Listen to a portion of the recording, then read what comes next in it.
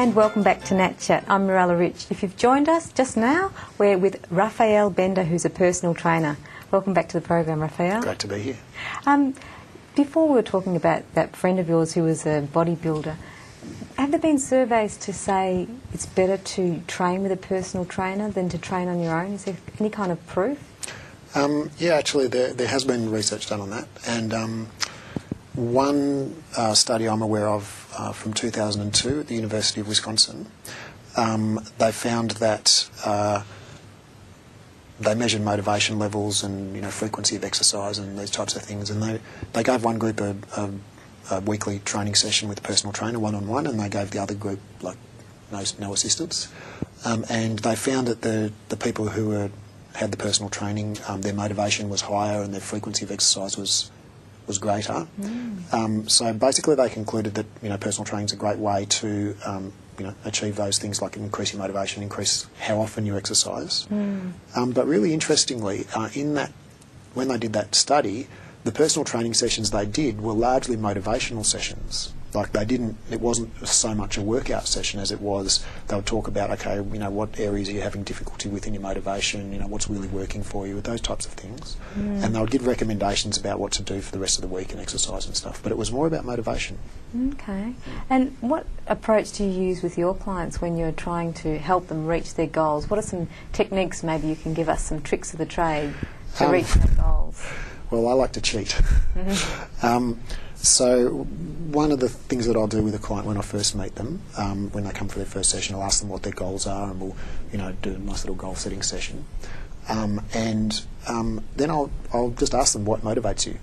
What motivates you to achieve that goal? And they'll say, okay, well, I hate being overweight, or I want to look good for my partner, or whatever it is, I want to feel healthy. Then I'll ask them more specifically. I'll say, what's going to get you out of bed at 5:30 when it's raining and it's dark? What's, when you don't feel like it, what's going to get you out of bed to do it? And they'll say, oh, I don't want to feel guilty or whatever. And I'll use that. I'll use it back on them. Keep reminding them, prodding them. Well, you said you didn't want to be fat, or you didn't want to be... even at the best, I find it works best if you do it before they get started.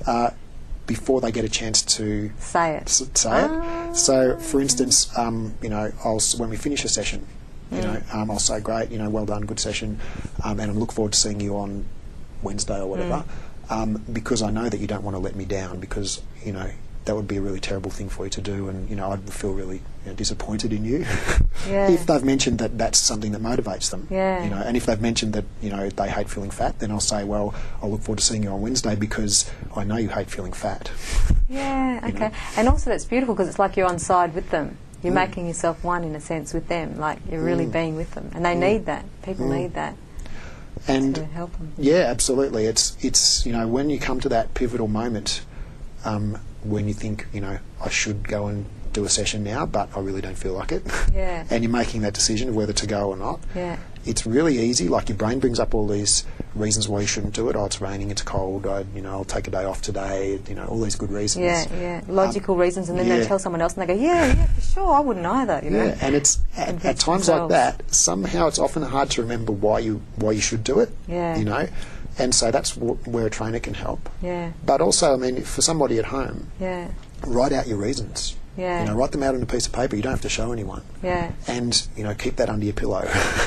Put it on the snooze button on your alarm clock. So when you go to hit the snooze button, you're like, oh, that's right, don't want to feel fat. Better get up. And that helps motivate you. And what about storyboards? Do you think about like people should make a picture storyboard to write down how they want to be and why they want to be, and just things that inspire them?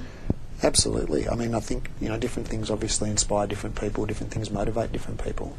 And some negative motivations work for people, like I don't want to be this way, and some positive motivations work, for people, like I really want to be this other way, or I want to change these certain things or whatever. So definitely thinking about what you want to have, really, really works well for a lot of people, and also thinking about what you don't want to have. I don't want to feel this way, and the more you think about those things and focus on them, the more useful that's going to be.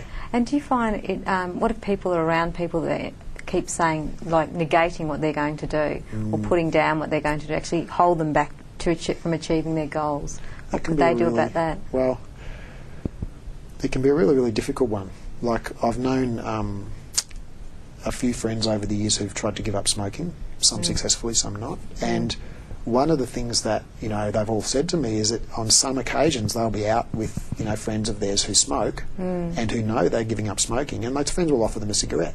They go on, one won't hurt, you know, which is, you know, seems crazy and not a very good thing for a friend to do, but I can only surmise that, you know, people feel threatened by that, and some people that's more than they can manage. They think, oh, one won't hurt, you know, and they have it, and then, you know, they're back to smoking.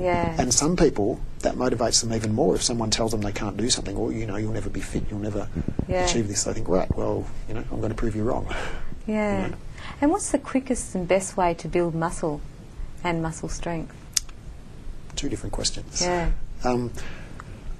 The best way to build muscle, like get bigger muscles, is the bodybuilding approach.